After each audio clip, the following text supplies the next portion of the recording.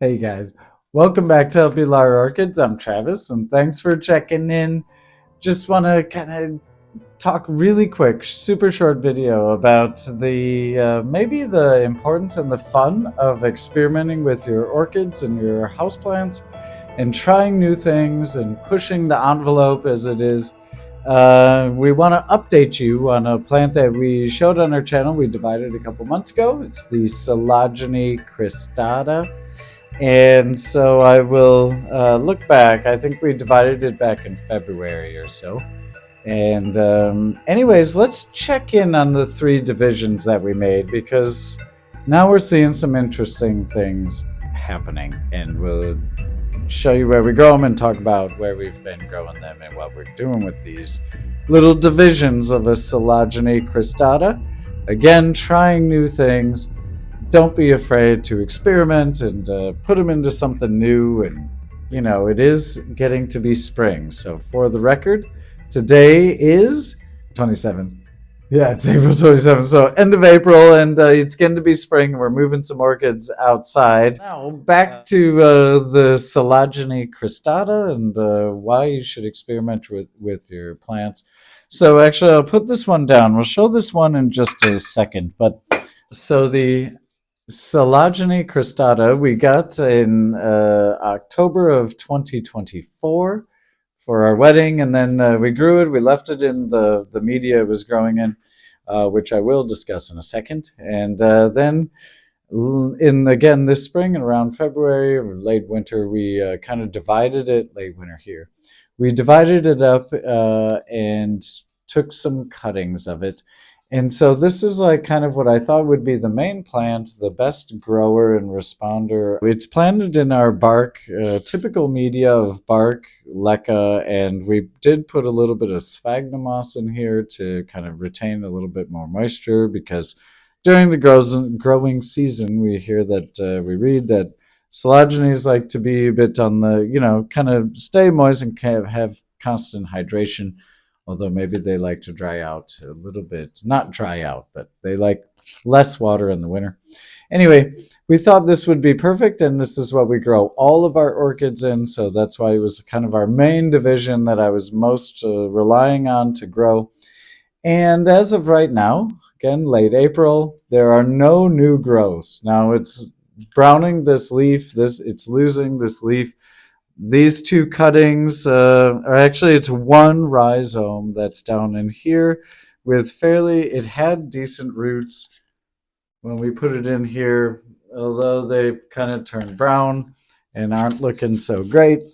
Yeah, and it's not putting on any new growths just yet. So not necessarily encouraging, when just the other day when I was watering, I was looking at this plant and noticed that the spike, I think this is a flower spike on this cristata, and it has started to green up and actually extend a little bit. And as I was looking around the base of the plant, I noticed that it's got a couple new growths coming on the bottom of it. And there's actually another one. Where did I find it?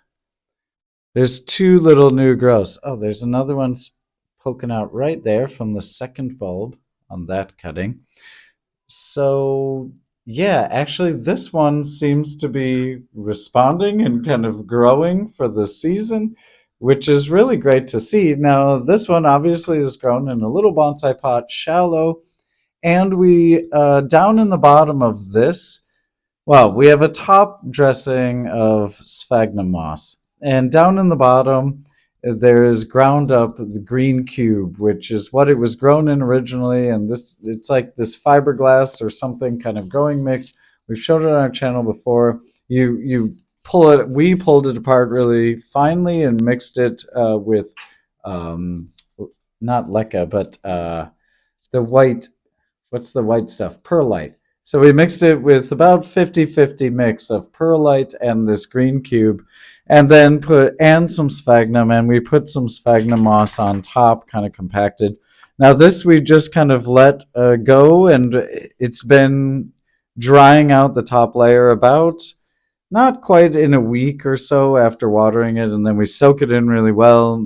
Just put it under the sink, run water all over the top of it, and then maybe occasionally I've sprayed it once or twice when it looks like the moss has gotten dry. But this one now has responded and grown back well again. So, or at least it's starting to put on some growth in the spring, which is really encouraging to see. So, totally new growing method for us, different media, different pot style, and different approach altogether. These little, they're two separate cuttings actually, each of which 3 or 4 leafless bulbs, as you can see. So, I really didn't have much confidence in this because it's so different from how we grow the rest of our orchids.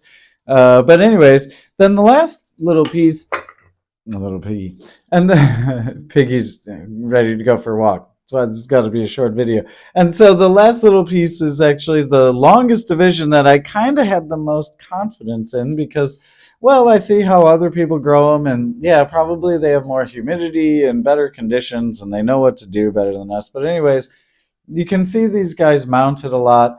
And so I put the longest rhizome. This is one continuous rhizome, one piece.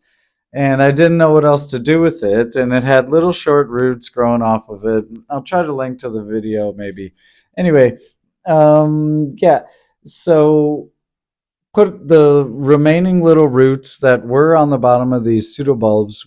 They grow little roots off of there. We put them down in this media, into this sphagnum, covered it up, and I try to keep it as soon as like the top gets crispy. Then I try to water it in really good before work and let it drain over the sink, and then pop it out here. Now, as far as like, heat and temperatures and like light and all of that for the coelogynes, I mean, they kind of seem like, of course, they run the gamut, and we try to give them as bright a light possible in our little grow room. We're experimenting with some outside, but all of these divisions we're growing inside.